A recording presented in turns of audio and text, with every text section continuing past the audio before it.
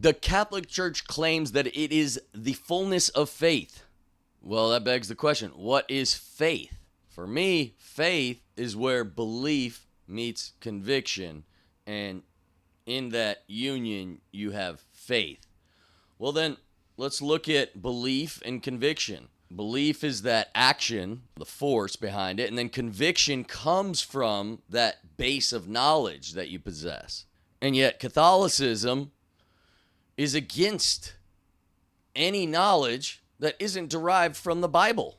So, now I know Vatican II will, if you read it, it says things like, oh, all religions have truth, you know, but the Catholic Church is the fullness of truth, and the whole thing is ridiculous.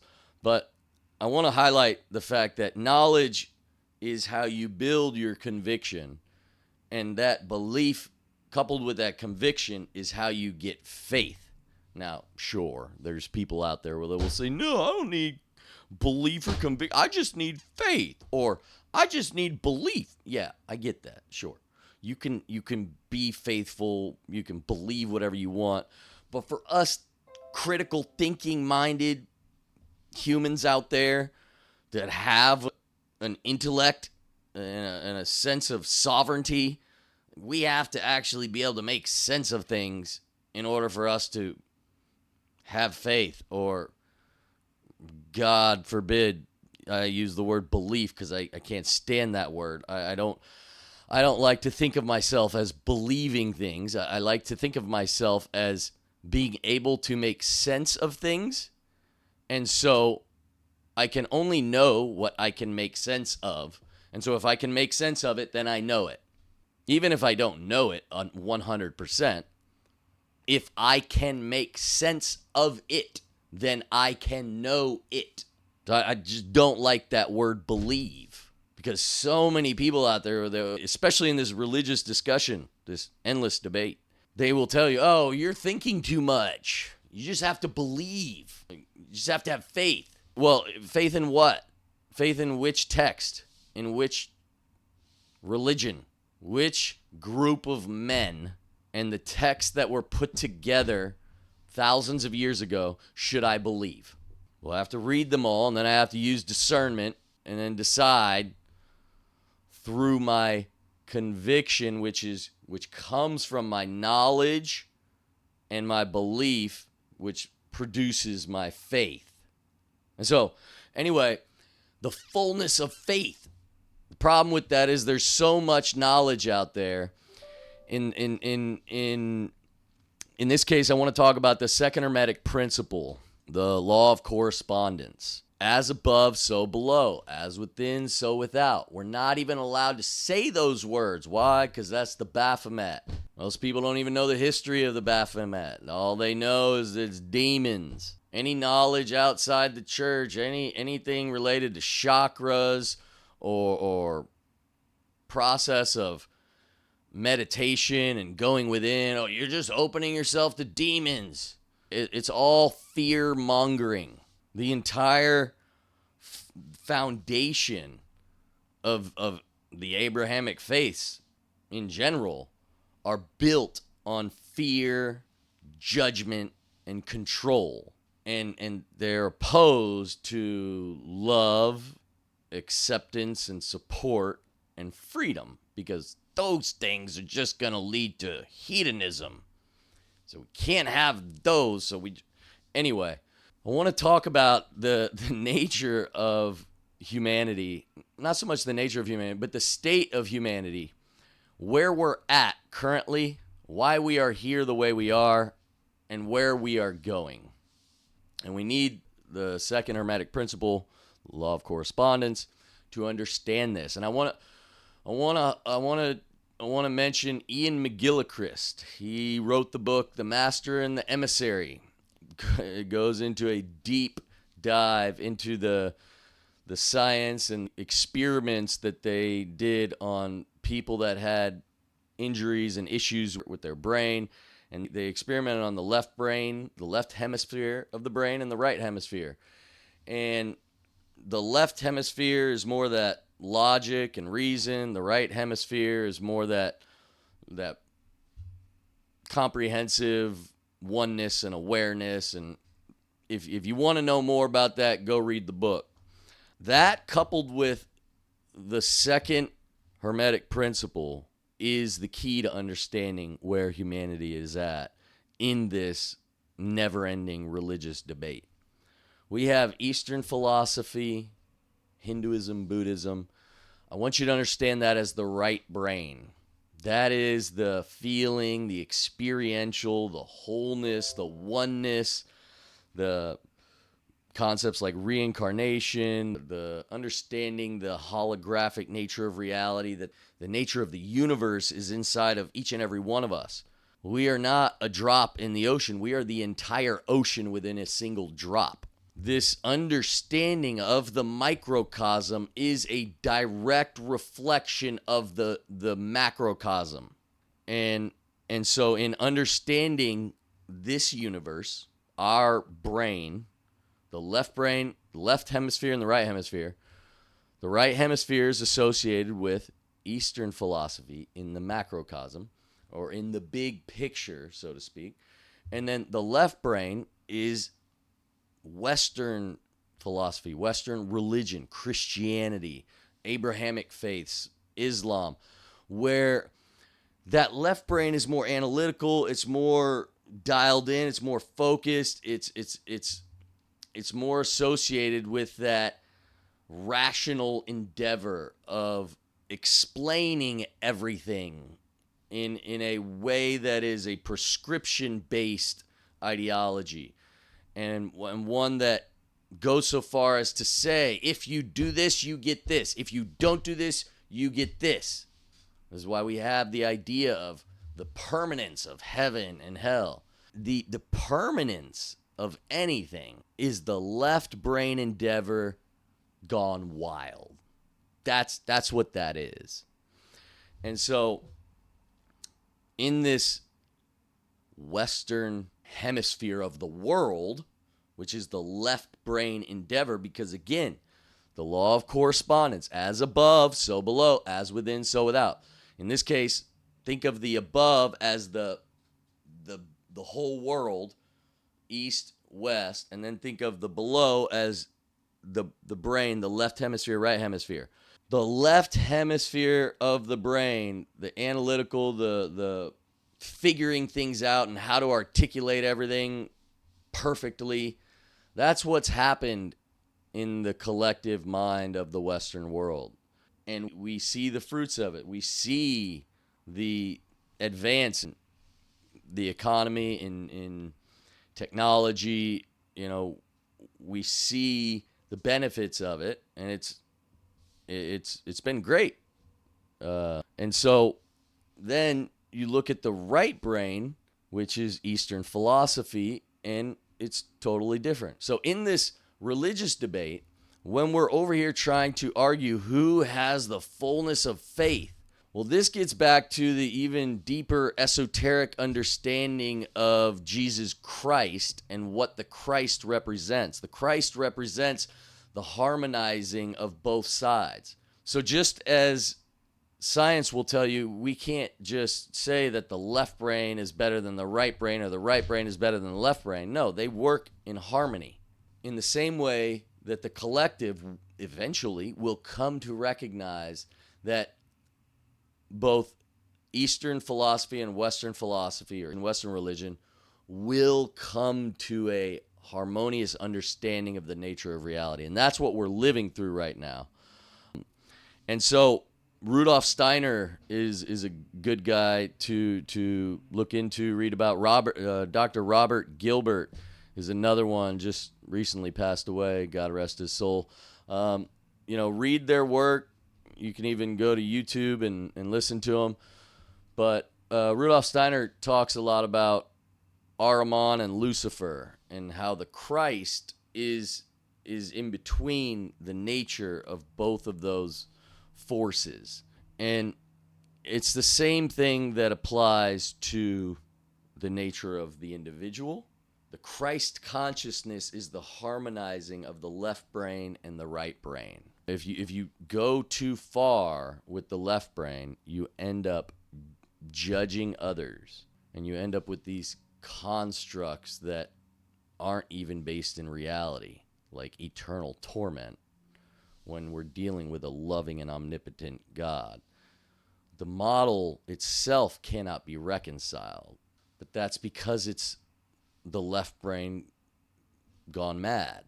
And so Eastern philosophy talks more about the law of oneness, like the idea that we are all divine manifestations of the Creator. And it's funny because when you really look at what Jesus was teaching, that's what he was teaching. He sounds like a Buddhist or a Hindu. Less Hindu because they've got all their deities, which are not much different than the Catholic saints. They pay homage to their deities. We over here we say, "Dear Saint Anthony, please come around. I lost something. And it can't be found." And so we, for our own personal gain, we're praying to people that have passed away. Sounds a lot like necromancy, but the Catholic Church will tell you, well, they are still alive. They never died because they're saints, because we told you they're saints.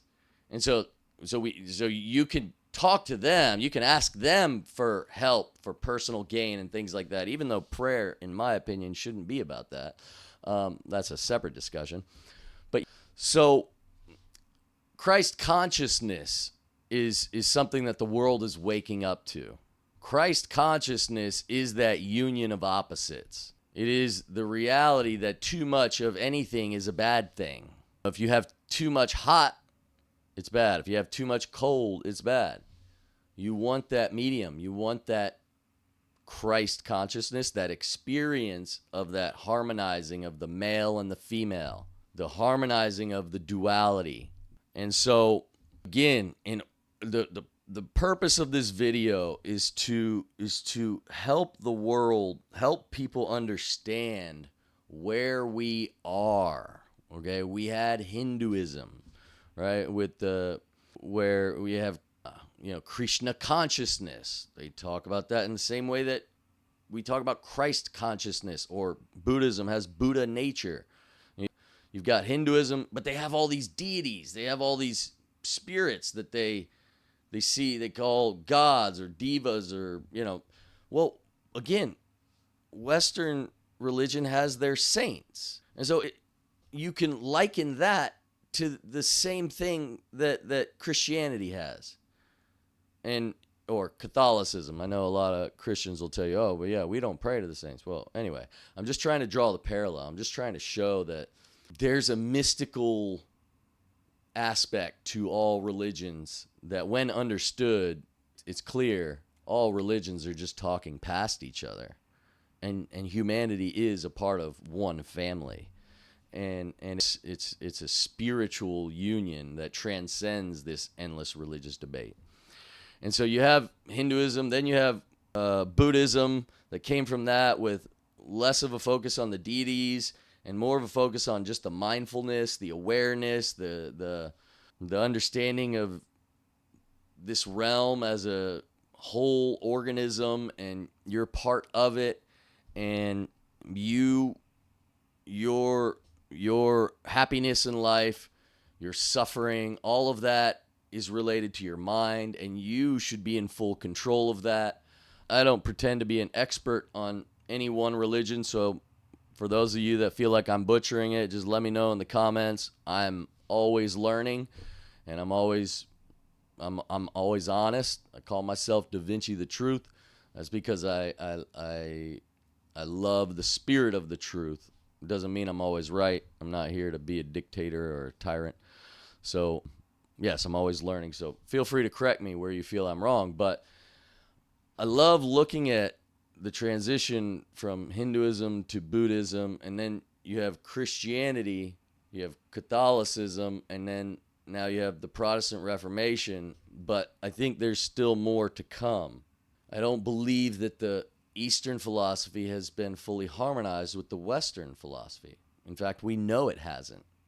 You can talk to Catholics and Protestants, and if you bring up the term, the religion Hindu or Buddhism or the philosophy, I don't think they like to be called religions. If you bring, they're not they are not in union. There is not a balance. There's not a understanding of how they're really just talking past each other, and that Christ came here to show the way, to reveal the truth that will lead to life everlasting, and a life that is heavenly in this realm in which Jesus said the kingdom of heaven is at hand.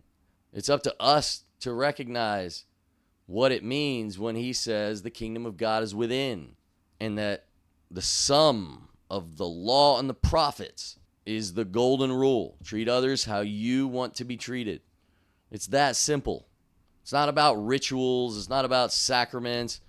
It's not about this perversion of the purpose of this reality in going outward and obeying and having this perception of a master-slave relationship with creation. We are all brothers and sisters. We are all part of creation as a whole. That's why it says, call no man your father. We are one. And we all know the saying, united we rise, divided we fall. That's why I like what Q said. Where we go one, we go all, essentially. Because if one of us split, then we are divided, and divided we will fall. And so the truth of the matter is, this religious debate that is never ending, or seemingly never ending, is only going to end when we get outside of this idea that any one of these religions is the true faith. That's the fallacy of the entire discussion. Christ came to harmonize duality. And so in these discussions, if we really get down to it and we really understand the nature of reality in a holistic sense, we will find that all these religions are all talking past each other. And where we disagree is on things that really have nothing to do with how we coexist. Like, yes, there are extremists in all these religions, so where coexistence is not possible by their doctrines or their practices, then yes, that's going to have to go away. We're going to have to deal with that. But for any religion founded and based in love and coexistence, all the things that we disagree on is irrelevant to love and coexistence. And that's all that matters. And we know this through the near-death experiences. They all come back saying it's all about love. It's all about how we treat each other. It's a direct reiteration of everything Jesus Christ and all the prophets said. So I just want to reiterate one more time what this video was for. It was understanding the nature of reality and bringing in the second Hermetic principle, as above, so below. So think about the construct, like the macrocosm, the storyline of Hinduism and Buddhism, that right brain theology, and then Christianity and this left brain endeavor to take over the world. Oh wait, did I say that? No. Well, anyway, to tell the world to the fullest extent what is right, what is wrong, what happens when you do right and wrong in every single situation, and who's going to be the authority in that process. That's a reflection of the left brain endeavor. That's why in Eastern philosophy there is no authority like that, because it's two fundamentally different processes. Just like your brain, your left brain and your right brain, when they find harmony, you find the best version of yourself. You tap into that Christ consciousness. And that Christ consciousness at the individual level is going to help drive the collective in achieving that Christ consciousness. And so, I know I jumped around a little bit there. I hope y'all were able to follow. I freaking love y'all. I'm Da Vinci the Truth. This is the Raise Our Awareness Revolution. Humanity's roar. From sheep to lions. From covenants and commandments to principles and awareness. This is the roar heard round the world. I look forward to working with all of you and driving this movement and working on this mission of uniting humanity spiritually. And I will see y'all again. God bless. Love.